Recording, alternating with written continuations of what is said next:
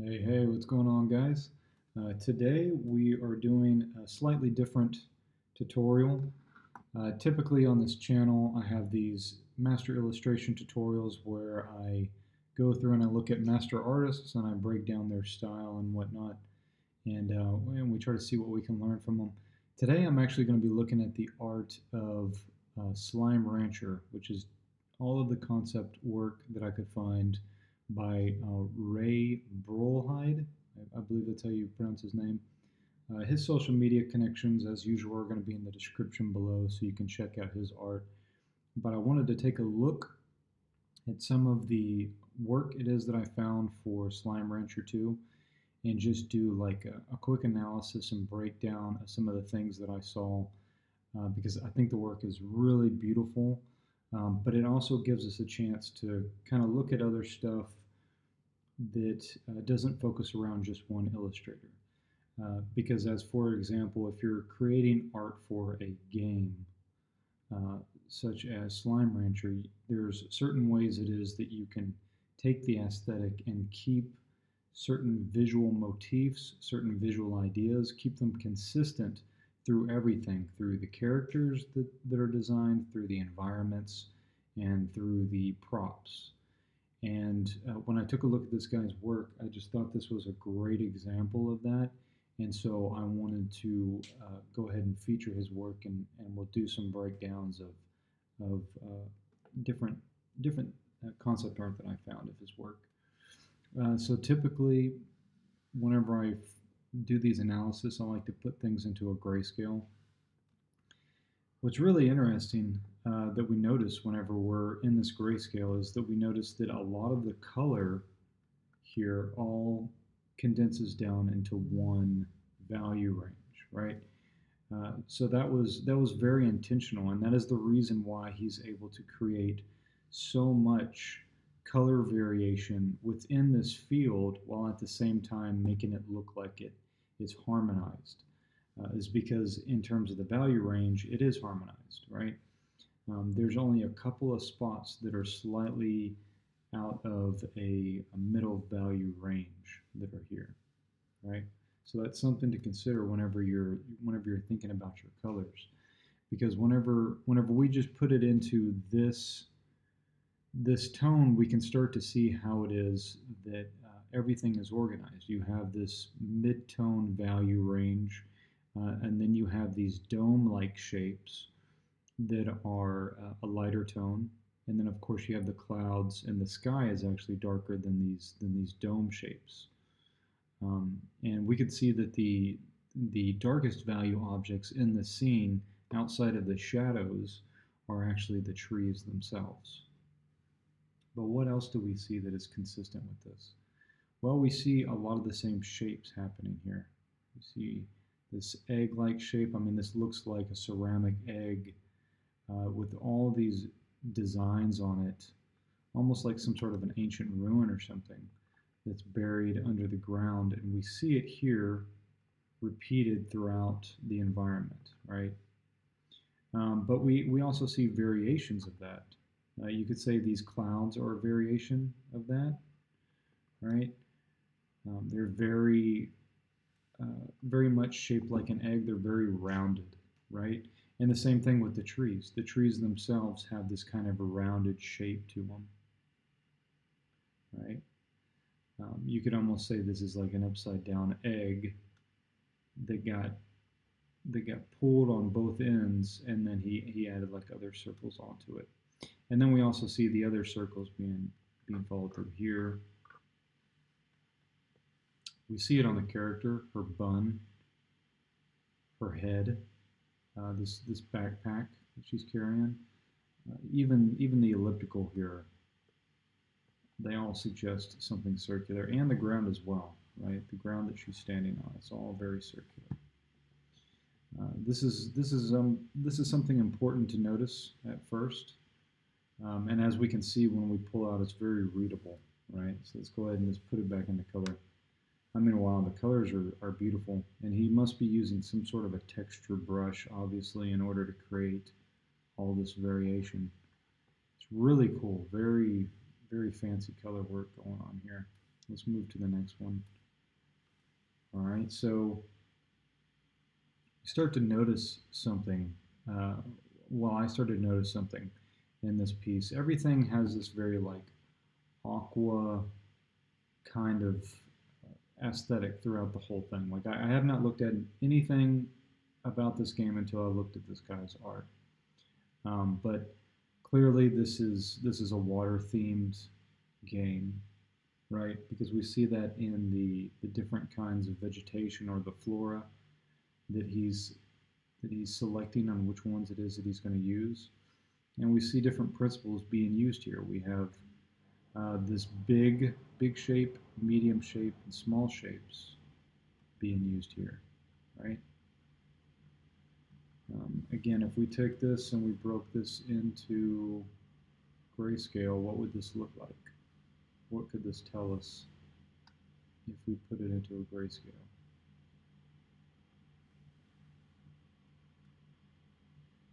Oops.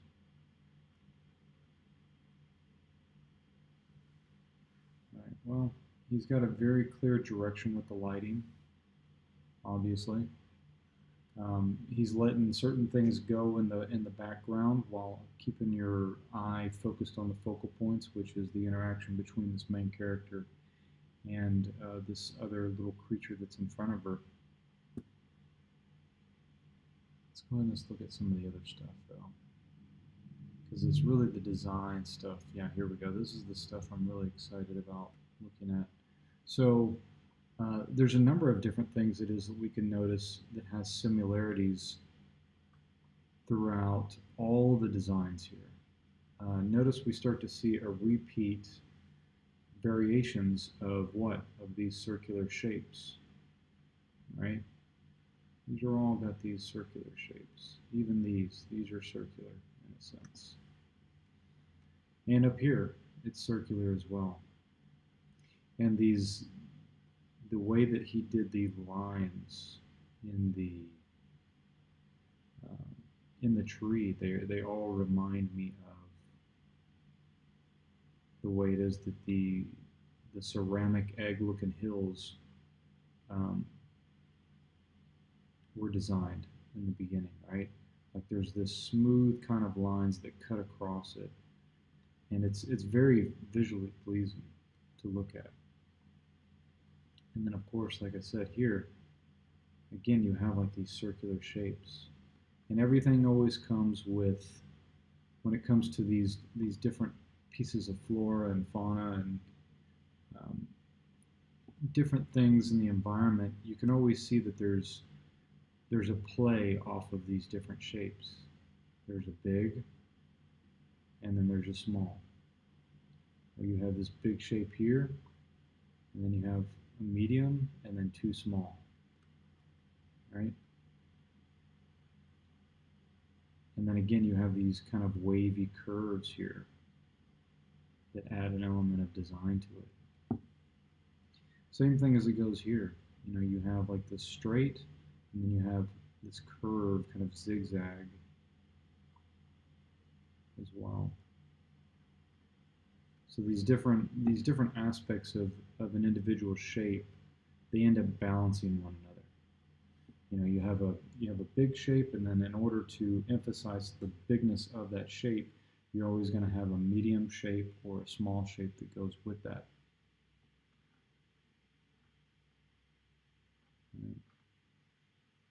And then obviously there's contrast in terms of the color scheme, and he's playing around with this blue and this pink that we see throughout the rest of the design. You know, again, keeping things consistent throughout the whole thing. What do we see immediately? It's becoming more and more apparent. Even when the material changes, which is this molten lava shape that we get here, what do we see? We see these same sorts of curves. But what's interesting is that they go in the opposite direction, right? Let's go and let's look at, yeah, like if we look at this one's going this way, right, on this shape. Whereas this one, it feels like it's something that's coming up and then it's going over, right? Which makes sense because the molten lava is coming out of the ground. And here we see that it goes back to the way that he originally designed it. But it's still got this egg, this like ceramic egg-like shape. And then this has much more of an organic shape. This feels like it's designed by some race. But again, we have this very organic shape. And I think this is very important to always look at, because good design is basically just good organization. You want the art style, these choices that are being made, it keeps the art style consistent. And it keeps it from looking like it's just a bunch of random stuff that kind of got smushed together, right? Same thing here. I mean, like, even, you can even have things that are implied. Like this circle here is implied. You can't really see it, but it's there, right? Again, we have like these zigzag, these back and forth like shapes. We have this big trunk with all these small branches, and what do the small branches do? They have a circular shape to them, right? And then again, we have these wavy kind of trunk lines that are in a slightly darker value.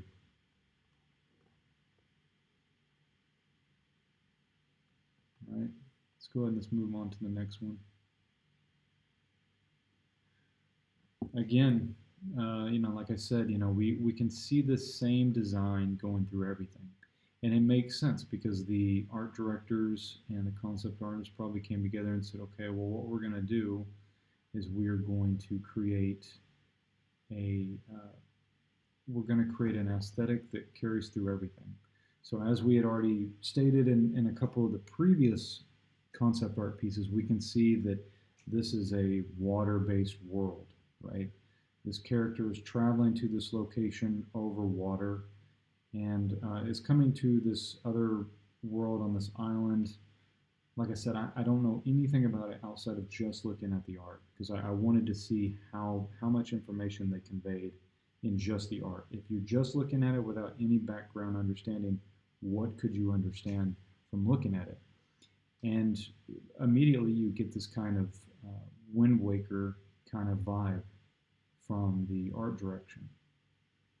It feels very much like this is a water-based world, and these feel like waves, right?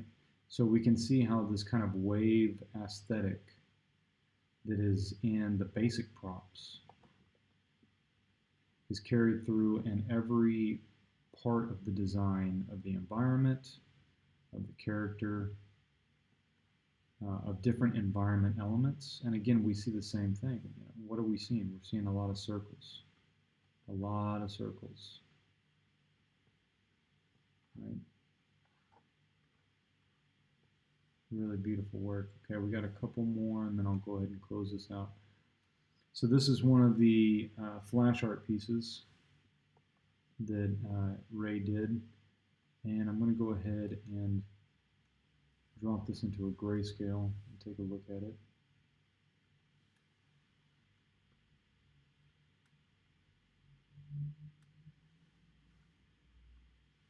So there's a lot of different things it is that you can notice. I mean, obviously the color is brilliant and beautiful, but again, we can see when we look at something like this in grayscale, we can see that even though the colors are very vibrant, and they seem like they're all over the place. We have a brown, we have blue, we have a yellow, we have an orange, pink, brown, purple, and another blue for each one of these individual characters. They all fall into a value range that makes them fit together, right? And notice that there's a rhythm that's going through this piece. Let's see if we just look at it just from the perspective of the characters here, and look at the rhythm, the visual rhythm. You go up, you go like this, you go like this, and notice it's like this, and it's like this, and then what is her arm position like? It's like this. It's right in line, right? So you could say it goes like this, goes down, comes up. You could say it goes down like this. You could say it comes back up. And you could say it goes here, here, here, here, here. Something like that. There's an up and down rhythmic motion across this image that the artist is keeping everything organized. Like I said, good design, good composition is all about organizing things. And where is our focal point? Well, our focal point is obviously the characters, but we have this main character here. And it's no coincidence that we see in the environment that surrounds this cloud shape, we see that all of the other area is dropped into a lower value. And then we see she's in this dark value with her gun, but she never goes completely into black. She gets pretty close to it here, but even that is not completely black. Yeah, it's not completely black. But we can see if we just sit here and we just poke around at the values, we can see that this value is very high. We can see that this one is basically completely white, and Ray is using the silhouette of the cloud in order to put this very complicated shape here, right? He's using that to push the silhouette of this main character forward. And he's using a lot of other things as well. He's got the hips turned one way, right? He's got the hips turned one way with this leg coming out towards us. And we have the shoulders turned the other way. Well, I guess you could say they're actually both kind of angled at a similar angle. No, I would say this one is more like this. So yeah, they're both angled in different directions, right? And then we have the arm coming out here, going up to the hand. And then we have the gun, which is angled this way, right? Again, very circular shapes that we find throughout the whole piece. But anything that isn't circular, notice that it's pointing backwards. It's all pointing back to the focal point. This edge is pointing back to the focal point. So is this one. So is this one, right? It's all, even the wing is pointing us back. And these little pieces of debris or the light that's coming off,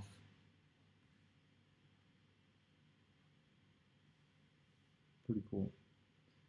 Ray, if you ever get a chance to watch this, I'm going to send this to you. Your work is really, really good. Looks like these are a couple of character sketches, and we'll just go ahead and end them at this. Yeah, you can see that he's using a texture brush here, and this is creating a really nice effect. And you can tell that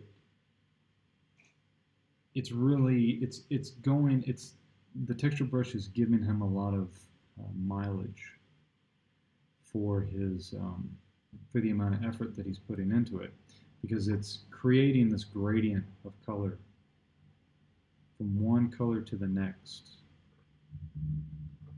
right? One color to the next.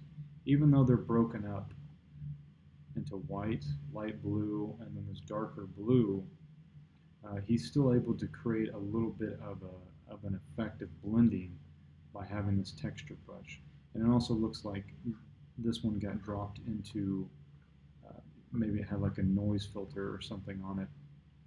But the aesthetic of it is definitely different than the full illustration that we looked at, because this feels much more like a textured image. Same thing goes here. You know, like I love the way he plays around with these lines, with these edges here, right? These edges almost feel like a lost edge that he's playing around with, and it adds a lot to the to the feeling of light coming in from this side and touching the face. But yeah, that's Ray's work. That's his work on Slime Rancher. You know, as usual, I do these every week. I do these little tutorial breakdowns every week. I've got more stuff coming up. Quite a few different kinds of videos that I'm wanting to show off in the next couple of weeks. So please feel free to subscribe and like my video. Drop a comment below if you want to see more of Ray's work, or if you want to check out Slime Rancher. Check out the link in the description box below. Thanks, guys. Take it easy.